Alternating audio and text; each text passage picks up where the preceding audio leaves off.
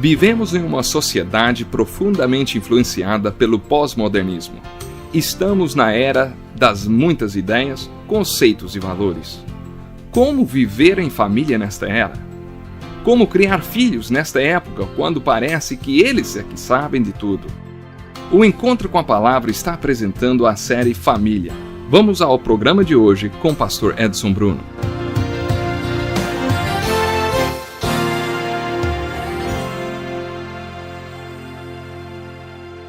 Estamos começando mais um Encontro com a Palavra.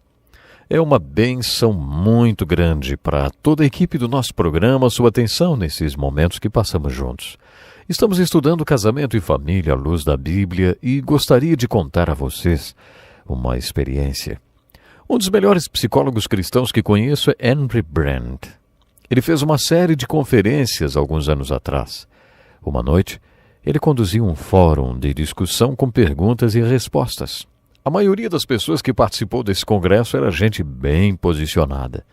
Nunca vou me esquecer de uma senhora, aparentemente muito sofisticada, que se levantou e perguntou: "Doutor, o que o senhor acha do sexo?" Dr. Brandt respondeu: "Francamente, senhora, eu acho bom." Como era de se esperar, toda a plateia riu. Ele perguntou: "Por que vocês riram? Vocês acham que não deveríamos gostar? Ou, se gostamos, não devemos admitir isso?" Ele então falou sobre o conceito de santidade do sexo. Hoje continuaremos a falar sobre sexo, que é o quinto elo da unidade do casamento. O primeiro elo que estudamos foi o da comunicação, que é a ferramenta que mantém a unidade do casal. O elo que vem a seguir é o da compatibilidade, que, como já dissemos, é a evidência da unidade.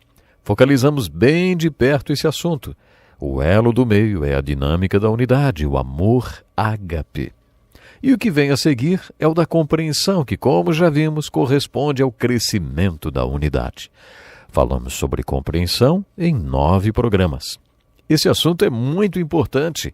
No programa de hoje, ainda dentro do assunto compreensão, continuaremos a falar sobre sexo. Denominamos o elo do sexo como o elo da expressão da alegria da unidade.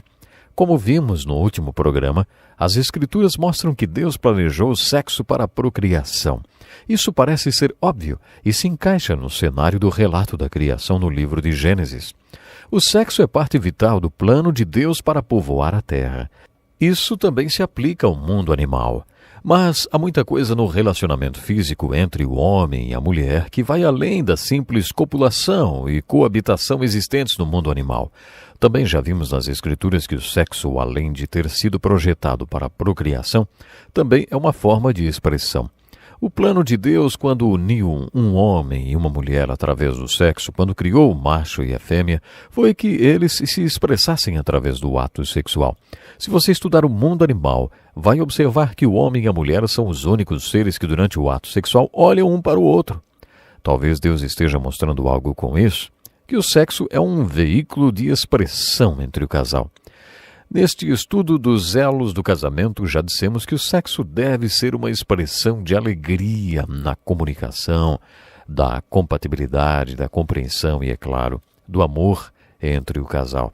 Se você perceber o propósito para o qual Deus planejou o sexo, verá que ele é um importante canal de expressão entre o casal. Ele é um veículo de expressão de tudo que forma a unidade do casal. A união física não é a unidade, ela é uma expressão da unidade do casal. No último programa também dissemos que Deus fez o sexo como fonte de prazer. Através de alguns textos bíblicos que veremos agora, fica bem claro que o sexo não foi feito só para a procriação, mas também para o prazer. Se não fosse assim, não teríamos o texto de Deuteronômio 24, versículo 5, que diz que quando um homem se casasse, deveria tirar 1 ano de férias para dedicar-se a proporcionar prazer à sua mulher e a fazê-la feliz. Não precisamos de 1 ano para fazer um bebê. Essas férias, então, têm mais a ver com prazer do que com procriação. A expressão lua de mel quer dizer mês de doçura. Pelo uso antológico da palavra, o casal não tinha um mês de lua de mel, tinha 1 ano inteiro de doçura. E isso é muito importante porque, sendo a lei de Deus, indica que o sexo não é apenas para a procriação. Temos também o texto de Hebreus 13, versículo 4, que diz que o leito conjugal deve ser conservado puro. Isso quer dizer que o casamento é sagrado.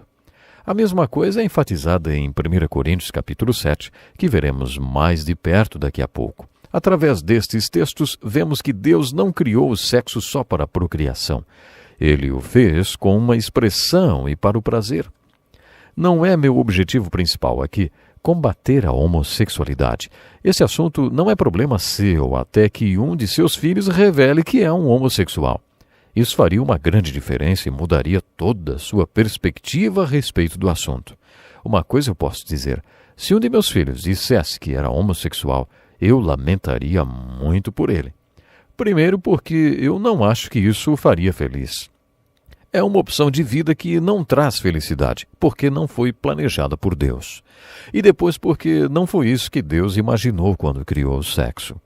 Ele criou o sexo para a procriação, e a homossexualidade pode dar prazer e expressar muita coisa entre duas pessoas, mas não serve para a procriação. É por isso que você precisa ver que a procriação é um dos propósitos importantes do sexo. Já fizemos a seguinte pergunta várias vezes durante nosso estudo: de onde você está tirando os seus conceitos? Do seu meio cultural ou da Bíblia, hein?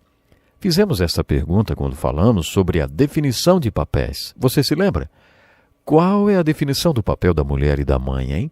Você pode obter essa definição daquilo que a sociedade fala ou da Bíblia, ou o que ela ensina, a Bíblia. De onde você está tirando os seus conceitos? De onde você está tirando suas informações sobre sexo? Já imaginou se for do mundo? A sociedade em que você vive tem um conceito sobre sexo para você, mas eu não acho que o conceito que você encontra no mundo possa ajudá-lo a ter um casamento feliz, nem uma família cristã. Então, de onde você deve tirar os conceitos sobre sexo? Será que é dos educadores? Da escola? Dos médicos? Há pouco tempo perguntei a um médico: você fala sobre sexo com seus pacientes? Eu não. Eles não me perguntam, ele disse. Se você não se informar na escola, nem com seu médico, será que você vai aprender com o governo? Bom, será que é obrigação do governo informar sobre sexo? Algumas pessoas dizem que é dever do lar. Então, quem informa as pessoas de casa que informam as outras? Bom, temos uma coisa séria aí, né? Será que onde vamos aprender? Um dos nossos pastores falou certa vez: as duas áreas mais importantes da vida de um homem são o trabalho e a vida sexual. Só que a igreja não fala nem de uma nem de outra área. Eu tenho pensado nisso ultimamente e cheguei a uma conclusão: se a igreja não informar, ninguém fará. Com quem você vai aprender sobre o papel do sexo no casamento e seu propósito se não for com a igreja, hein? Como já falei antes, o casamento é a ideia de Deus, documentada na Bíblia. O mesmo se aplica ao sexo. Quando lemos o Cântico dos Cânticos de Salomão, percebemos que Deus não foi omisso nessa área, e por isso acho que os pregadores e pastores também não devem ser. Vocês estão lembrados que eu disse que para um pastor poder pregar sobre o Cântico dos Cânticos, ele deveria ter cabelos brancos? Pois é. Eu tenho alguns cabelos brancos que me permitem falar uns 10 minutos sobre esse assunto, diz o pastor Dick. Acontece que me sinto uns 25 anos mais velhos do que realmente sou. Acabei de fazer 64 anos. Essa é a idade do nosso professor, mais os 25 anos que acho que tenho totalizam 90 anos, o que me dá o direito de falar sobre sexo por mais de 10 minutos, então. E aí o nosso professor continua dizendo: antes de começarmos a ver alguns textos das Escrituras, deixe-me compartilhar uma experiência que tive no seminário. Uma vez estávamos reunidos em um auditório cheio de alunos para ouvirmos uma palestra sobre sexo que seria dada por um senhor de cabelos brancos, bem velhinho. Depois da palestra, que por sinal foi ótima e super informativa, ele abriu espaço para perguntas e alguém o perguntou o seguinte: quando o impulso, o prazer sexual, começa a diminuir, hein? Ele abriu um sorriso de orelha a orelha e falou: olha, eu não tenho a menor ideia. Acho que ele tinha uns 82 anos. Não temos que ser jovens para usufruir dessa expressão da unidade. Quando Deus criou o sexo, disse que era muito bom. Dissemos que o sexo é bom por várias razões. E sei que você vai entender porque Deus disse que era muito bom. Era muito bom da maneira como Ele planejou. O relacionamento sexual destinado a satisfazer o marido e a mulher. Algumas pesquisas indicam que existem mulheres que nunca experimentaram nenhuma satisfação sexual. Acho que a razão para isso é o homem, sua ignorância e egoísmo. Por isso gostaria de desafiar os homens. Deus criou o sexo para satisfazer o homem e a mulher. Tanto o homem como a mulher precisam aprender tudo o que for necessário para que os dois tenham um casamento feliz. Podemos resumir esse tudo com o capítulo 13 de 1 Coríntios. Aqueles versículos no meio deste capítulo são um raio-x do amor e nos dizem o que significa amar. Aquelas 15 virtudes que formam o amor não estão centradas no eu. Você está lembrado? Vimos que Jesus e Paulo foram acusados de serem excêntricos porque o centro de suas vidas não era mais eles mesmos. Eles foram acusados de não serem como as pessoas normais, centradas nelas mesmas. Eles eram excêntricos. Eles foram acusados de estarem com o centro fora do lugar, no sentido literal, de estarem ao lado deles mesmos. Todo mundo tem como centro de sua vida o próprio eu, mas quando se converte, esse centro muda, passa a ser excêntrico. O centro de sua vida deixa de ser você mesmo e passa a ser Cristo e o próximo. Para que exista satisfação sexual entre o homem e a mulher, os dois, mas principalmente o homem, tem que ser excêntrico. Um tem que estar centrado no outro, para que os dois usufruam o relacionamento sexual. Quando falamos sobre ser excêntrico, também falamos de uma palavra criada pelo Centro de Pesquisa da NASA, descentrado.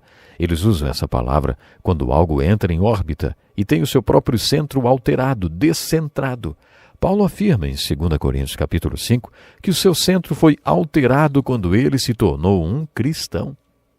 No meu ponto de vista, só as pessoas que tiverem seu centro alterado poderão realmente desfrutar da satisfação sexual como Deus planejou, tanto o homem como a mulher. Para que isso aconteça, marido e mulher precisam se comunicar e se entender. É uma pena, mas temos que parar por aqui hoje. O nosso tempo acabou. Minha oração é que Deus possa lhe abençoar grandemente, você homem, mulher, que acompanha o nosso programa, que você possa ter grandes conquistas, grandes vitórias. Nós acreditamos nisso.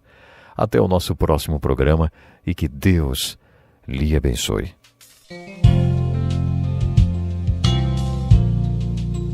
Que lição importantíssima. Obrigado, Pastor Edson Bruno. Prezado ouvinte, coloque em prática o que você ouviu aqui. Sem dúvida, sua vida será grandemente abençoada. Este é um estudo escrito pelo Dr. Dick Woodward, na voz do Pastor Edson Bruno. Escreva-nos e solicite o material. Nosso endereço é Encontro com a Palavra, Caixa Postal 2011, CEP 89201-970, Joinville, Santa Catarina. Até o nosso próximo Encontro com a Palavra.